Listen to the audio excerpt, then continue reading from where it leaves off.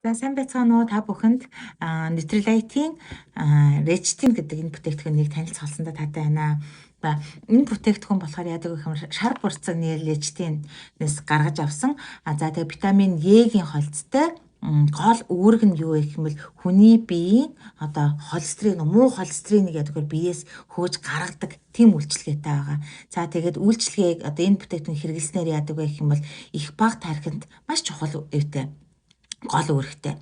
За тэгээд эмэгтэйчүүдийн хэвлийн тархалт гэж яддаг тийм үү. Хэвлийн тархалтанд яадаг вэ гэх юм бол омега 3-тай ингэж хавсарч хэрэглэх юм бол хэвлийн тархалт целлюлит байхгүй болдог. За тэгээд дээрэс нь санах хой муудаад байгаа хүмүүс жинго амтай хавсарч хэрэглэх юм бол маш чухал бас үүтэй байдаг үйлчлэгээ үзүүлдэг. За тэгээд дээрэс нь бас яадаг гэх юм бол олон төрлийн харшилтай хүмүүс байдаг. Харшилтай хүмүүс бас энэ речитинийг санд болгодог. Харшилтай хүмүүс витамин С витаминтай хамт хэрэглэж өгөх юм бол илүү их үйлчлэгээтэй байдаг. Тэгээд дээрэс нь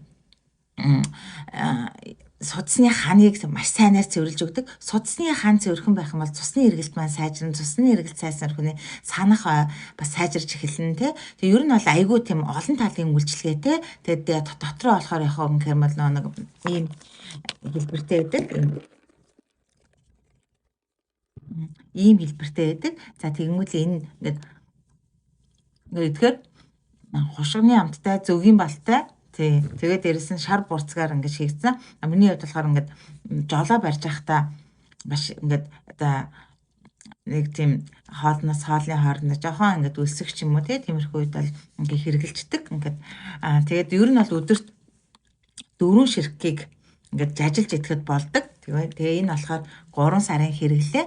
Тийм айгүй амт нь айгүй тийм тааламжтай. Хадгалагтай яадаг гэх юм заавалч ингээд юу оруулахгүйгээр чиг авахгүйгээр ингэж тагалж ингэж хадгалах хэрэгтэй.